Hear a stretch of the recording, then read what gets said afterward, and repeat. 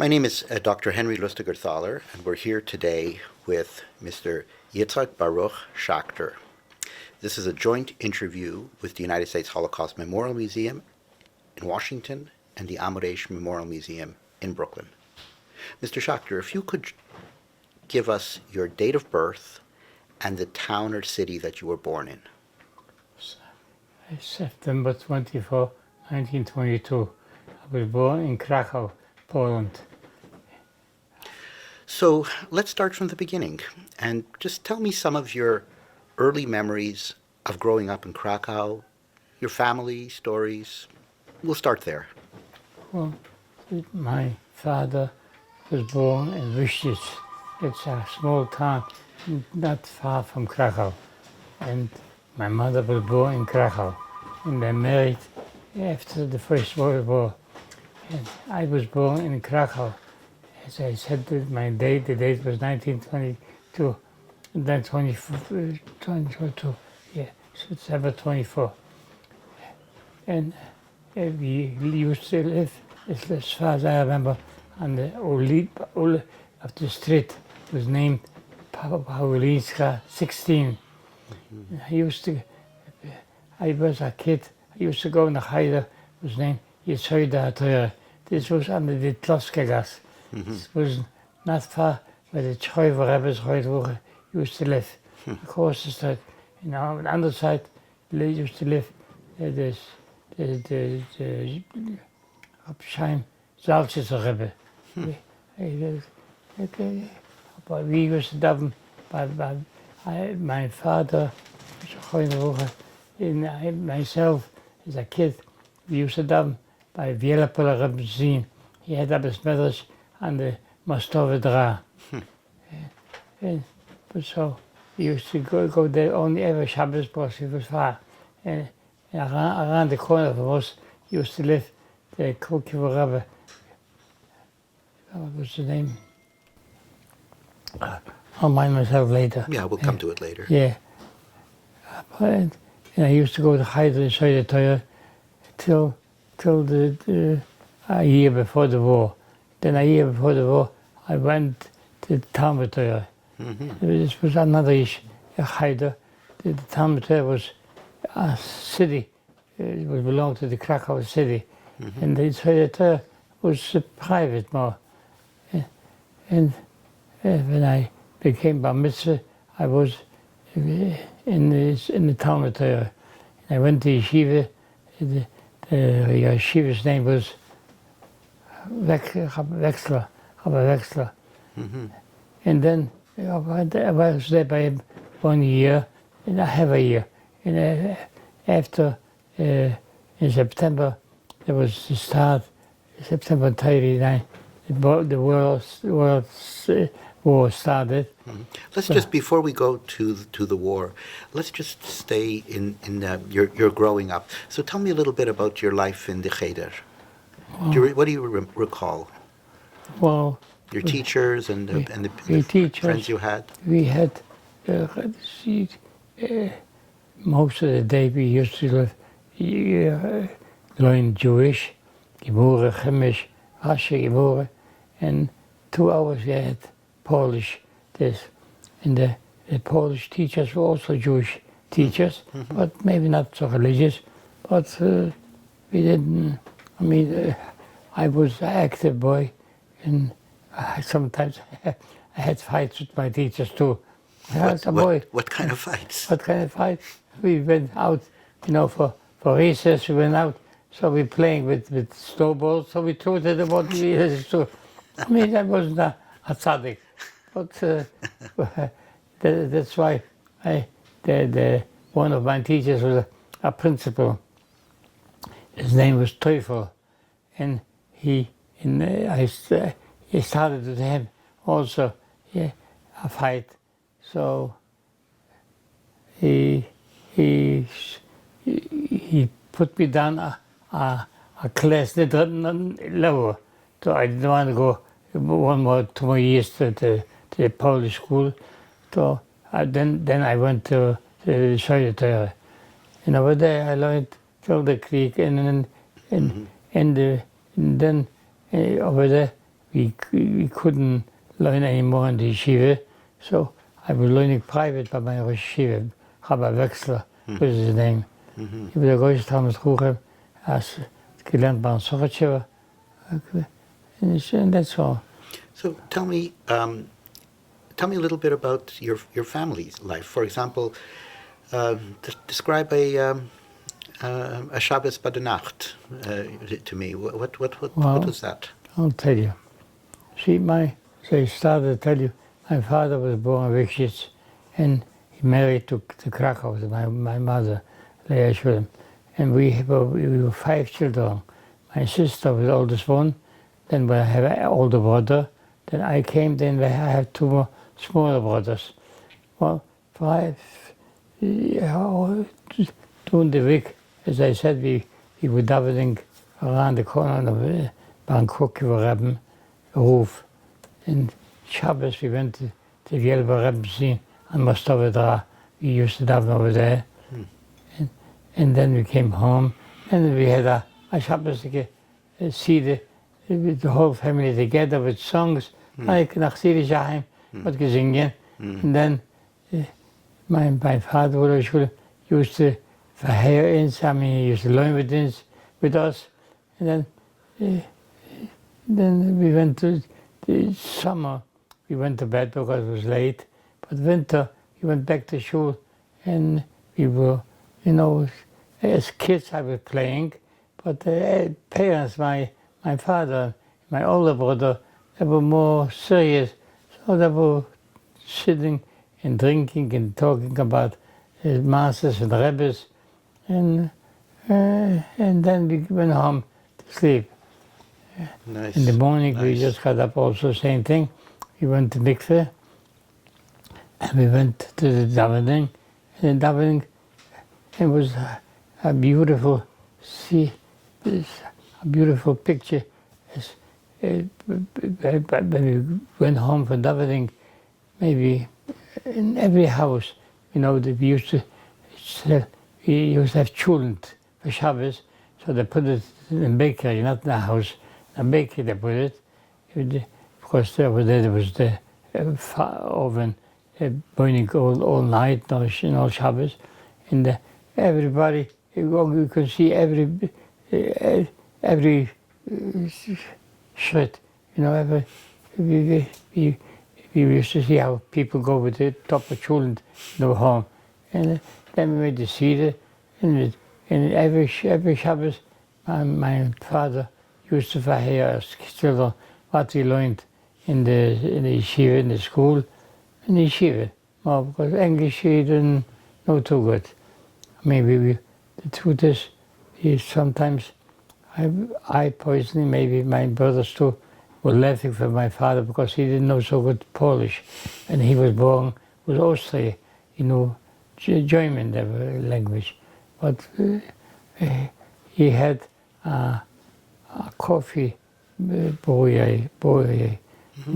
He used to import coffee from Brazil, and used to burn it. It was raw, and then he had an oven there which became coffee beans, and then he sold it to stores.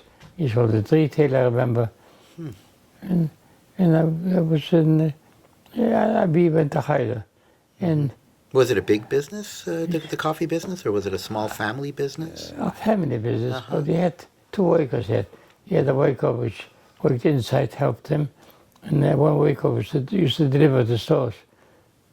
But not like that you deliver here, a sack with 50 pounds or bags. That was, a store bought 5 pounds, the most they used to deliver, and they used to sell retail for 1 ounce, 2 ounces, and it used to cost very cheap. We had, as far as I remember, we had 4 different kind of coffees.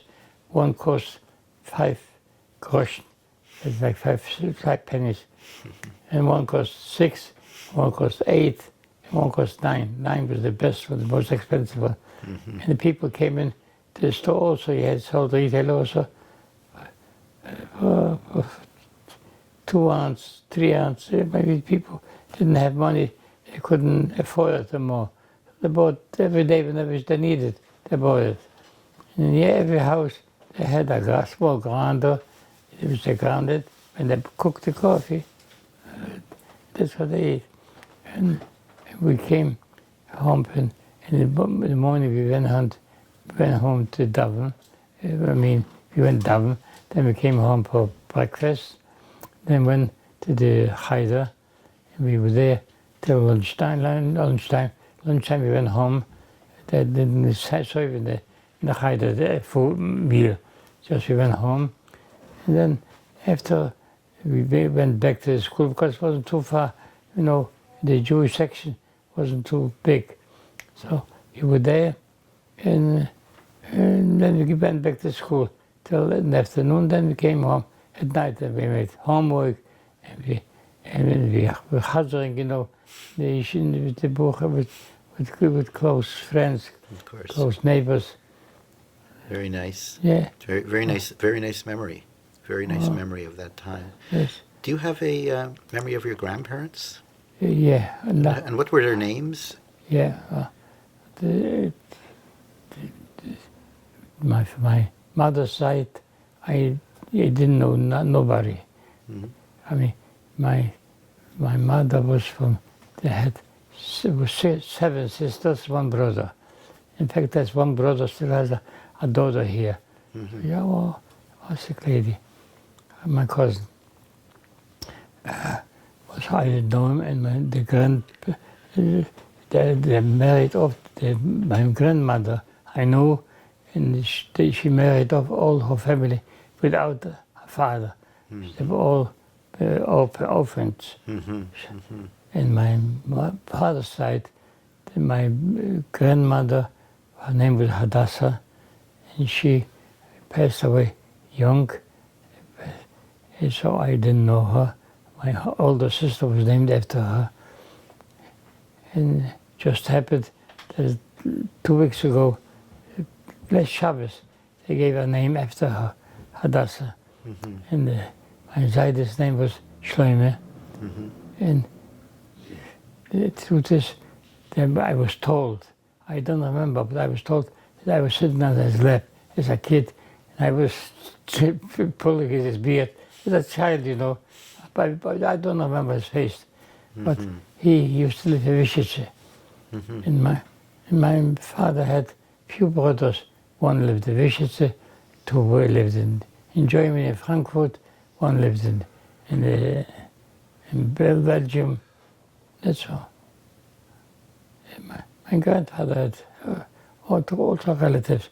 1 was in Schachter, 1 was in Wien, as far as I know. I mean, I didn't know him. My father had a brother who lived in Vyshitz where he was born. Mm-hmm. He had a store there, a grocery, everything, a grocery over there, like a apartment store, everything that was there. Mm-hmm. And he had a sister who used to live in Germany, but they expelled in 1938. Mm-hmm. So she came to live over there, wished by my brother. So from your father's side of the family, the children were very European. They were in many different countries throughout Central Europe. They had to make a living. Yeah. Vyshitze was small, very small town. The truth is, Vyshitze, they have a jail, the biggest jail in whole Poland. It's a small town. They didn't have even a train to go there. The train stopped at Bochnia. It was 7 kilometers from Bochnia to Vyshitze, and it was hill up and down. We had to take a horse wagon to go to my uncle Pevanto. I know that and I want to ask you about the high holidays, etc. And I know that right before the German invasion, there was a Rosh Hashanah story that I want to follow up with you. But can you just tell me, before the troubles began, what was your sense of when the Yom Tovim came along? What was the sense in the community? It must have been remarkable. Such a strong Jewish community in Krakow, Well, Must have been very beautiful. well, it was very nice. You see, there was a section, like here, Baruch section. Mm-hmm. So most of the religious people, I mean, they have Jewish people in the city also, but in this section, most religious people live. In, there was only one store who was open Shabbos. All the other stores was religious. Everything was Shabbos. You could see on the street that it is Shabbos, that nobody works that day. Everybody, I mean, there were Buddha Midrashim on every street, 1, 2, 3, 4 Buddha Midrashim. You know, everybody went to different Midrash. There were Sons Chassidim, Baba Chassidim, Ger Chassidim, Chadam Chassidim, Bel Chassidim, and all kinds. It was there. And as a boy, I went with the last Rebbe before the yeshiva. His name was Goldklang. He was a Baruch who said, and he was a very learned man. He was very Tamtruch. And he had a son, also named Yitzchok. We went together about the same age.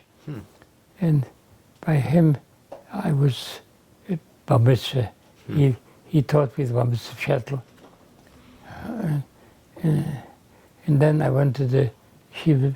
It was called Yeshiva Speismeier. Before, it's not like here. They call, in the first grade, they call yeshiva. By us, they call Schachter. Till the yeshiva was the Yeshiva Speismeier, was the rabbi. Dexler was my yeshiva. And I was learning by him till the war. Must have been quite remarkable. So many well-known rabbunim in Krakow at the time. Yeah. You're mentioning a lot of names that I'm familiar with. It's really it must have been very beautiful to be in such a town with so many Talmid Chacham. Yeah, she was Moshe Dubiano. I don't know if you heard about him. Yes. And his Auschwitz and the Schreiber was living over there. And they came to Krakow also. Krakow had a very big eye doctor. Rosenhoch, I believe was the name. And the Belter came to him in Krakow from Wels before the war for his eyes. And the Baba Rebbe came to Krakow to see other Rebbes came, you know, to the Chassidim for sometimes for one Shabbos was 2 weeks.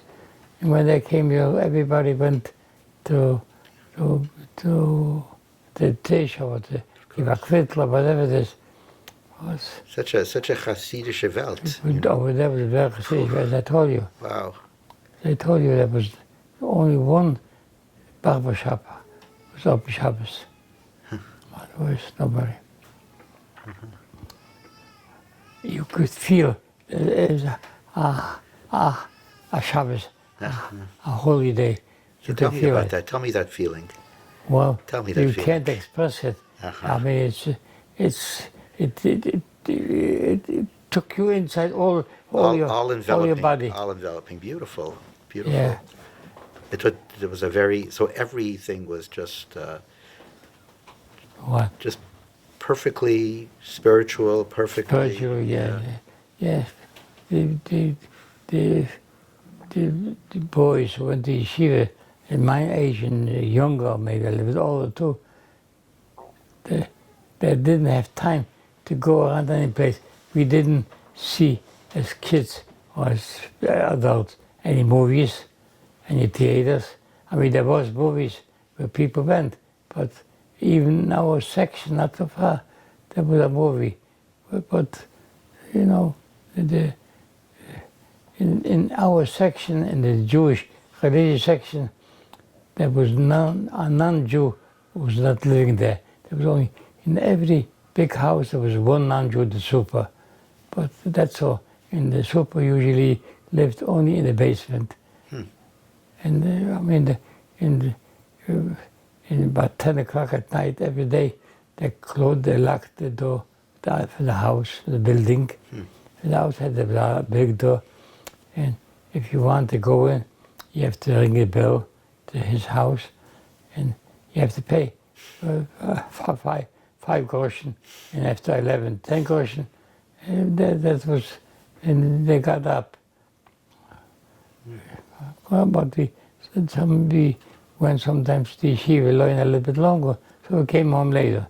And also the businessmen that went, for business meetings or whatever it is, they came home later, so they had to ring the bell to get in to the house. Tell me about your sisters and brothers and their names. Yeah. Well, my older sister was named Hadassah, and she was a very religious girl. She went to Surgeon school, and one summer, 1938, she went for vacation to my uncle in Vishtice, I told you, and she was a student in Surgeon. We heard about Surgeon most probably. Yes, so the Beis Yaakov. Beis Yaakov, yeah, and she when she came to Vishtice, there were small girls. They didn't have what to do in Shabbos, so she took them together, and they were playing together, not playing, but she was telling them stories, Yiddish stories, so far that after summer she went back to school, so the town for Vishtice wanted that she should be a teacher for the girls. She still went to school, Nice. a young girl. Very nice. So she said she can't do it. You have to ask the Surgeon, because she was still going to school. And so they gave her permission as a girl. She went. She made up as Yankov in Vishtice. I mean, she was very, very religious. And with her together, I was in Shebni, and in Shebni, one person ran away, so they took 10 other ones, or maybe more than 10, I don't remember. They took him to the wald, to the forest, and they shot him. I worked in the Shebni by shoes. I was selecting shoes, when they emptied out Bochnia Ghetto and all other ghettos, they send us the shoes over there, and I'd be matching one to the other. So I gave her a pair of shoes, because we were there. I was there with my brother and with her. And after the selection, where they took the people to the forest, so they sent back the shoes. So I recognized this is the shoes what I gave. I knew she was there. Between these people. Yeah. Then I had my older brother. He was much stronger than I was. His name was Pinchas. With him I was together in Shebnia and in Buna. In Buna, but before this, in Krakow, but as soon as the Germans came in, it was in September yet, 39, they took me to the work, and they used to make tracks, for the train tracks, because they were taking oil from here just to work and put it in the wagons, the small wagons, and they put it over there, to over there, just to make work, have work. So they took this glaze, the tracks. It was a long, this iron was very heavy. The tracks where that train goes, heavy. And there were 3 people carrying it. So they put a short person at one end, a short person at the other end, and a tall boy in the middle. In other words, the whole weight was on the middle one because he was the highest. So he bent down, so they hit him. Why he bends? Why he doesn't go straight? So and they hit him for nothing because he couldn't carry one boy to hold this. So this was in Krakow right after the war, about 2 weeks in the bus when they came to Krakow. Before, I just would like to just continue with your siblings, which are brothers and sisters. So we've heard a very, very, very sad story of Hadassah, how you found out that she was murdered. Yeah. Tell me about the other, your other siblings. Well, first my older brother, he was with me together in Buna Monowitz, and he was working, I don't remember what he was, the copper over there hit him for something with a heavy, and he hit him in the back. He broke his leg, his back, his bone there. He was very thirsty, and he drank the water. And the water over there was no good, was not healthy, wasn't clean. So he became very strong, was this. So Swollen. Swollen, yeah. So they took him in the hospital.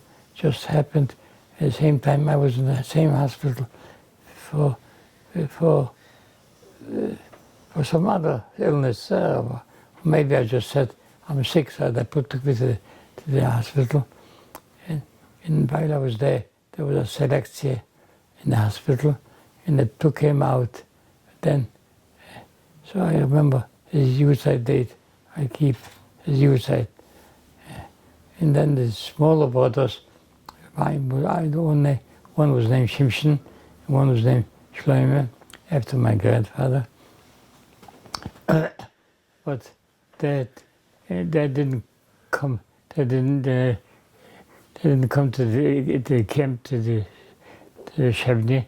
They were there with my parents in Bochtje Ghetto when there was election.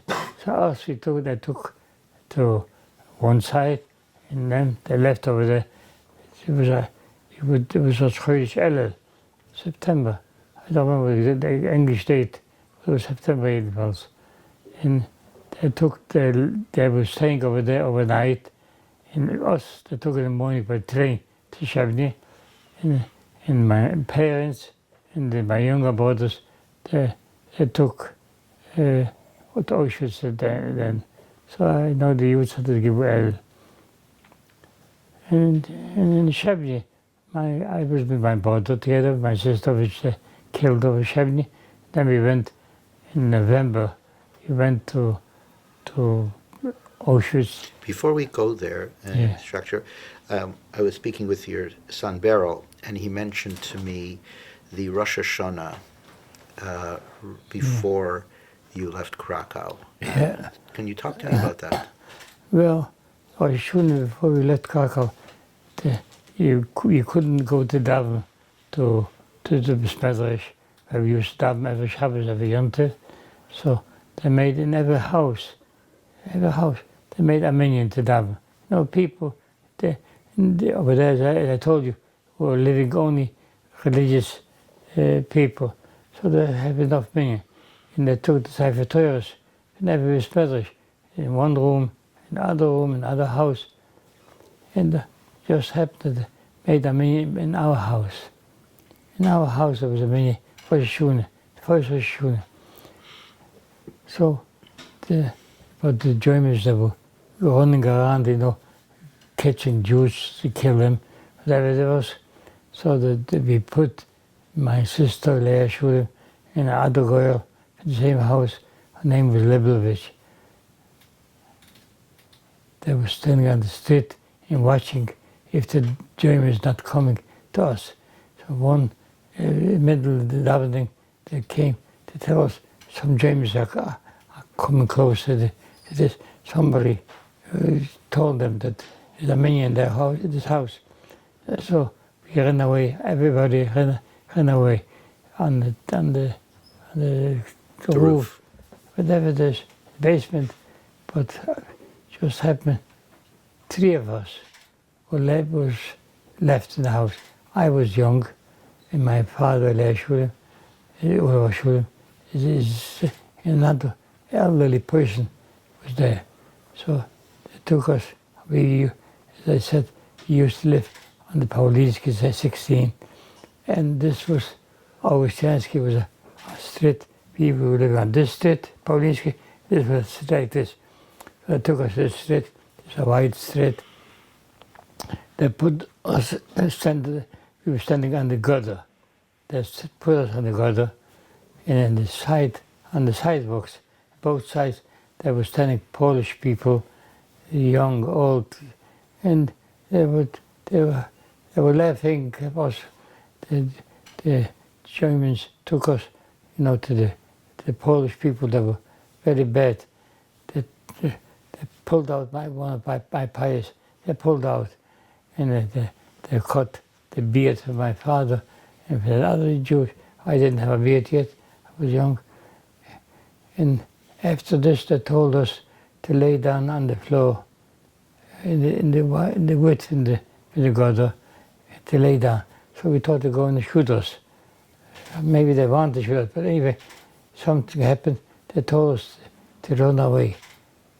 So we were running. We get up. We were running. They shouldn't shoot after us. We were running in this side, in the side streets over there. And that's how we came home. This was Rosh Hashanah, the first year of Rosh Hashanah. And then... So while we're on this topic, before the entry of the Germans on September 1st, 39, what was the relationship with the Polish people? Were there good relations, or was it very anti-Semitic? The scene you just described is a horrible scene. Yeah.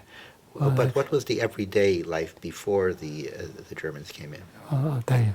You see, in Poland, by the First World War, there was they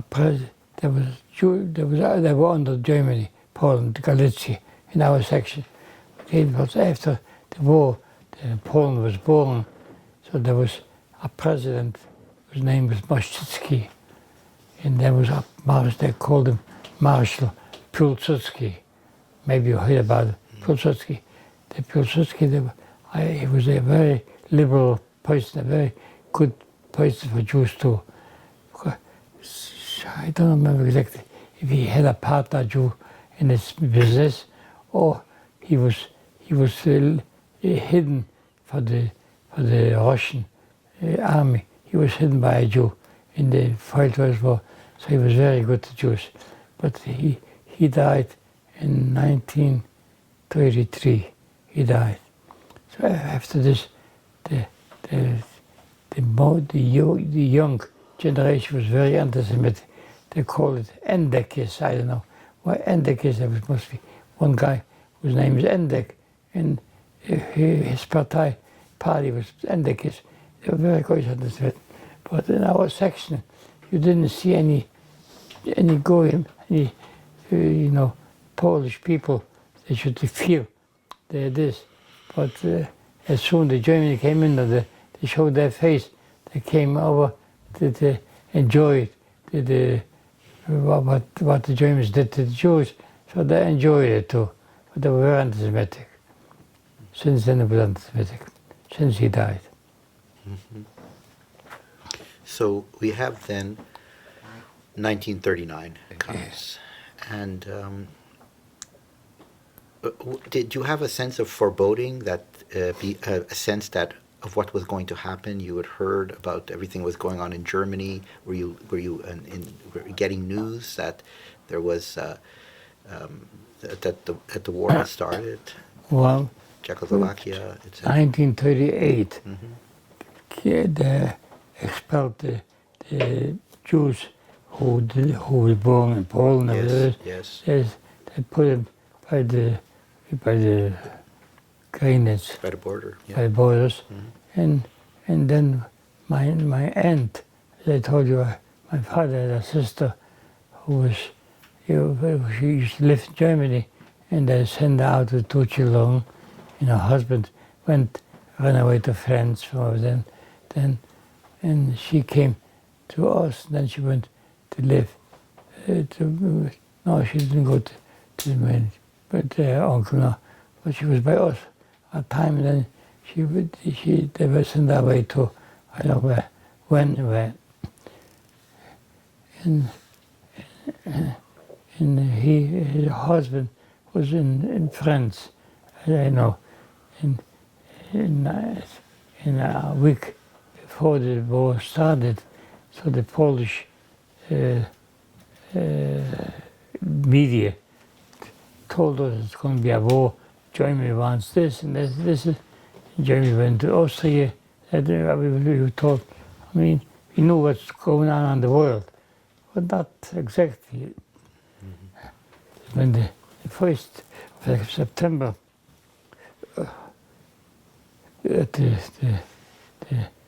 we didn't have a radio, but it was expensive radios, nobody had it.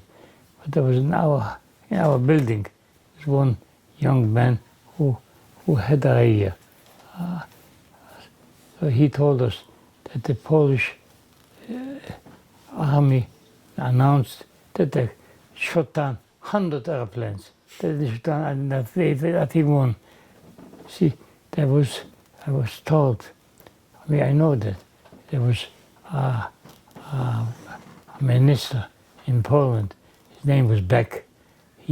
He came originally from Germany, but they made him a minister because he had a good head, and he told the Polish army, the Polish that they should dismember the airplanes. They should fix it good, so that the dismember that didn't have any airplanes go.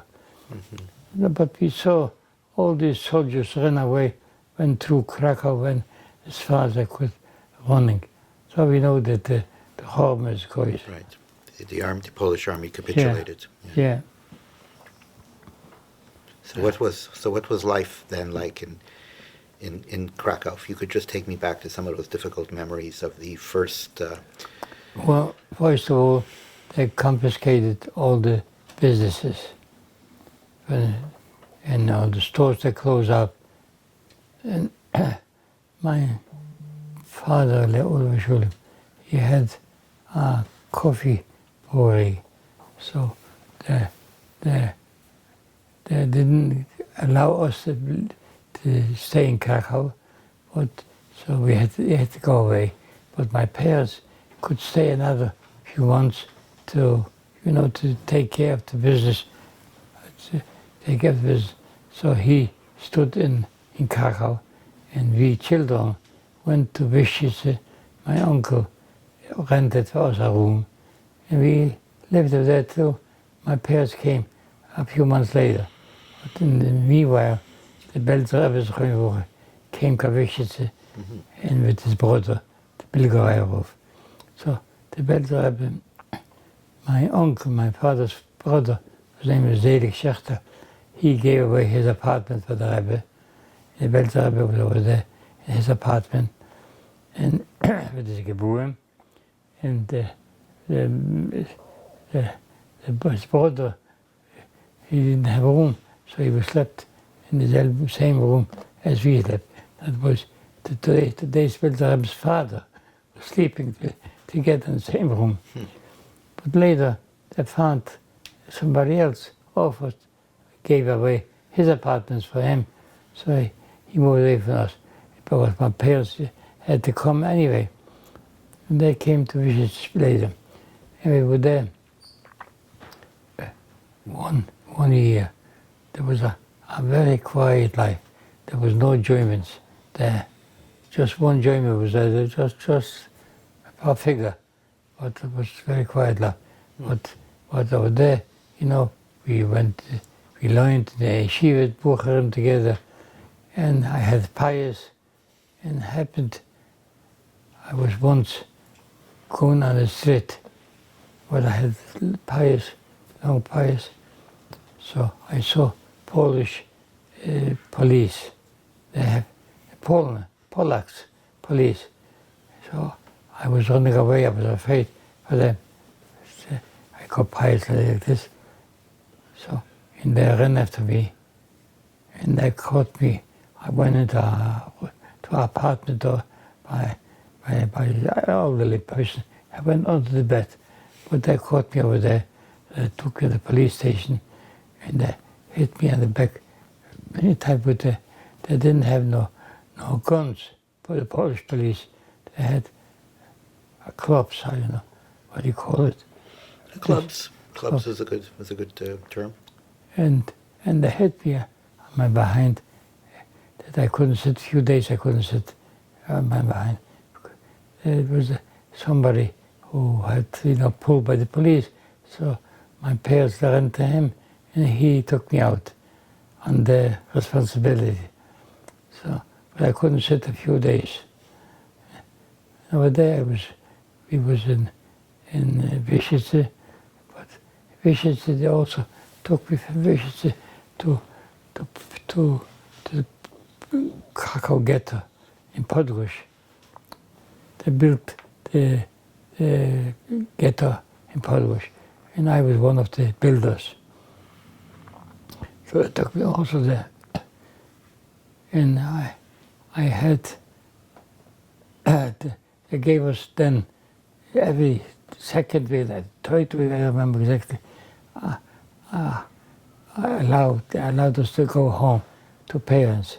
So they gave us this that we should be able. Otherwise, you couldn't go on the train. We were not allowed to go on the train. So they gave us our permission that we can go 2 people on the train. So I went back to Wyszynce where my parents were, and I took them to Schachter. This was not too far. But 2 weeks later, they emptied out the Schachter. So I took them to Baruch ghetto. And I was in the ghetto, Baruch ghetto. We were 1 year. In the ghetto, it took me also. Before we leave the Baruch ghetto, you mentioned that you were working in the Baruch ghetto. You said you built the parts of the Baruch ghetto. So what were you doing? I built the Krakow ghetto. The Krakow ghetto. Krakow ghetto. What were you doing there when you say you built the Krakow? Carrying the walls, wooden walls, Mm-hmm. and they made barracks, to live there. Uh-huh. Like a camp. Mm-hmm. So this was in Krakow, in Baruch. It was they built it. In other words, Krakow, they made Judenrein. No Jewish was allowed to live there. But as I said before, my parents got permission a little bit more longer to live there to get rid of the business. Mm-hmm. But later they came to Wyszynce. Mm-hmm. And over there, they also took, the Germans said they have to give so many people to work. So they took us to Krakow, and we built over there. And so after I came back in Baruch, I didn't want to go back, so they caught me again. They took me to the ghetto again, to build the ghetto. So I ran away. Well, how did I run away? Because they took us every week. They took us to a pool, to a big mikveh. We should be clean. So they took us over there, and then we went back all together to the camp, in the ghetto where we were building.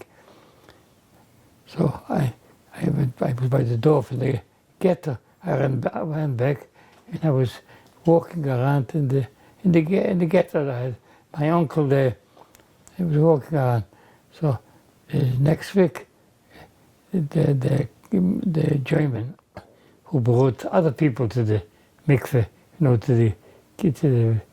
the pool, to have a shower, wash. He noticed me. He recognized me. So he took me back to the head. I ran back again. I went to Baruch, and I didn't stay in Baruch in Baruch anymore. I went back to Baruch to my elder parents. Over there, I was 1 year.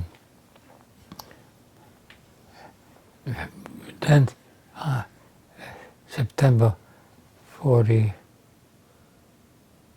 42, 43, I don't remember. They put us one night on a big place. They put us there, and all night we were there. In the morning to make a selection. Some people on this side, some people on this side, some people on this side. This side I was my sister, my brother, and myself. And on the other side, my father and mother with the border. That was on the other side. So us that took the train to Schachter, and then we didn't know what to do there because they were leaving them. But they took him then same day to Auschwitz, because the Ordnungsdienst, there was Jewish Ordnungsdienst in Bosnia. They took him later to Schachter. So they told us that the same day they took the other people to Auschwitz. So we knew that was in the same day. Mm-hmm. So over there we go, a few months over there. Over there was a Volksdeutsch, a Polish guy he said he was a German or whatever it is. His name was Yitzchok. He was a beast. He was running on his horse, and he was riding over there in the Schachter ghetto, the Schachter camp. If he didn't like someone going this height, he shot them right away. And every morning we had to have an appel. They counted us if we the same amount of people. And once he said, if you behave yourself, I'll be like your father. I'll be good to you like your father, but better behave yourself. Oh. So one day, as I said before, somebody ran away, and they took some people, 10 or 20 of them, and one of them was my sister, and my cousins, a cousin. They shot them in the forest. And then they took us, they were there about 2 months, and they took us to Auschwitz, to Birkenau. The train stopped in Birkenau. They took us off the train, the wagons, and they gave us the numbers on the hand. They gave us the numbers. So they gave us, they called ABC. Whose name was A, B, C. So my name was Schachter. So I would have to stay all night over there. So I changed my name because I called myself Goldstuff. Because I had a cousin, his name was Goldstuff, and he had a cousin also Goldstuff. So we 2 Goldstuffs, and me and myself, my brother also Goldstuffs. So they gave us one number after the other. And then they took us to Monowitz, the Buna Monowitz, and my cousin Goldstuff, they took us a different camp, I don't know where to, but he lived after the war, he left too. He used to live in Holland after the war. How long were you in Buna Monowitz? 1.5 years. How long? 1.5 years? Yeah, till January 45. In January 45, they took us on a train. Before we go there, tell me about Buna Monowitz. Your time there, people you spoke to. In Buna Monowitz, there were different commanders. Commander 2, Commander 12, different commanders. One commander worked by carpentry, one by electric, one by shoes. But I worked in a Commander 2. It was a transport commander. Transport, there came trains, we have to unload, we have to load the trains. And this was I called him a Schlag commander. Why? see if they expected a lot of trains, so they took away workers from different commandos. They gave it to us. So our commander could count 70, 80 people too. And usually they use about 30 people. Usually the commander was 30 people. And what will we do? You know, the sewer pipes, they're different kinds. They're like triangles like this, and they're straight ones, pipes. So we had to separate them and put them straight in one, in each one. This, you know, when they have a big, when they had a big commander, they came and transport, or the other commanders didn't have what to do, they send it to us. But still, we always had some work.